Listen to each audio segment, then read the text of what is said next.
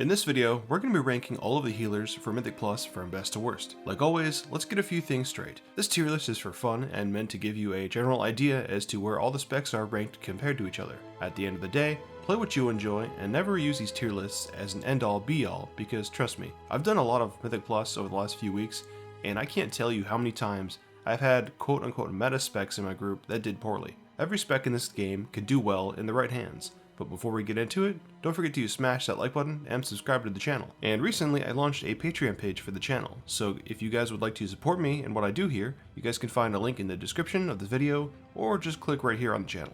Now let's quickly go over each of the tiers so that we know how to judge these specs properly. S tier are specs that are doing exceptionally well and have the most popularity when doing high keys. A tier are for specs which are capable of pushing the highest keys, but have some minor weaknesses. B tier are for specs that are doing alright and can push up to plus 20 keys, but anything higher than that and they may struggle. C tier is for specs which are incredibly niche and or will struggle to do anything over a 20. And then D tier specs will definitely struggle in anything over a plus 20 and or need major balance tuning or reworks. So let's begin with the S tier, and for starting off, we're going to have the Restoration Druids. Now, they are by far the strongest healers in Mythic Plus. They have a very well-rounded toolkit, which makes them incredibly strong with healing cooldowns, but also have some really strong healing outside of their cooldowns. So they're pretty much really good at healing just the whole time. One of the most desirable features for a healer in Mythic Plus is their ability to deal damage, and Resto Druids can put out quite a lot of single target damage with things like Predator of the Pack and Nature's Vigil, as well as doing some heavy AoE damage with Sunfire or Starfire. Druids bring a ton of utility with things like Typhoon, Skull Bash, and of course Incapacitating Roar. On top of that, they also bring Mark of the Wild, which is the best buff for the group in the entire game. Druids also have access to a combat res, so all of this added utility on top of strong healing and damage makes Resto Druids the current kings of Mythic Plus. However, Resto Druids are not the only cool kids on the block.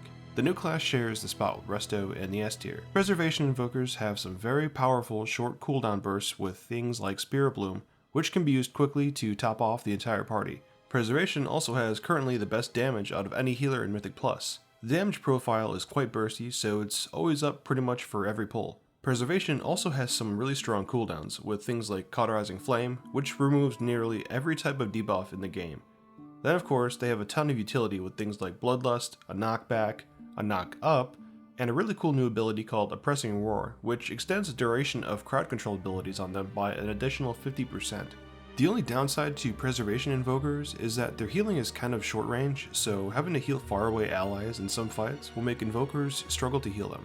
So moving on to the A tier, we have the Holy Paladin. Now right off the boat, Holy has the strongest utility kit in the game hands down for healing, and it's arguably probably one of the most strongest points for bringing a Holy Paladin to your group. They have quite a few abilities that will let them completely negate mechanics or abilities with things like Divine Shield or Blessing of Protection. Now Aura Mastery is actually another really strong ability that Holy Paladins can use to keep their entire team to survive hard-hitting abilities. So Holy's healing depends on which talents you pick, and you can actually make your Holy Paladin become super AoE bursty, which is something new that they can do with a different combination of talent choices, with things like combining Glimmer of Light with Beacon of Virtue, or Sanctified Wrath with Awakening. On top of that, if talented correctly, Holy Paladins can become strong tank healers with things like Blessing of Sacrifice and Beacon of Light.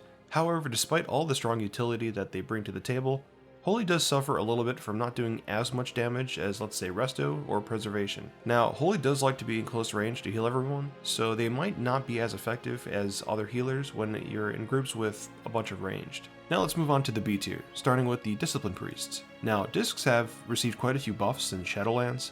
No longer are you required to really focus on spamming Smite or Shadowmen to heal because they have increased the damage of Penance and buffed Power Word Shield, which means, as a Disc Priest, you can now just get your Tournament up to the group and just pump DPS into the target. Like Holy, Disc comes with Power Word Infusion, and their damage has been buffed, so they actually do some pretty solid passive damage now. However, despite all the buffs that you received at Disc, they still suffer from not having a lot of utility, and they still struggle when it comes to having the whole group taking a bunch of damage very quickly.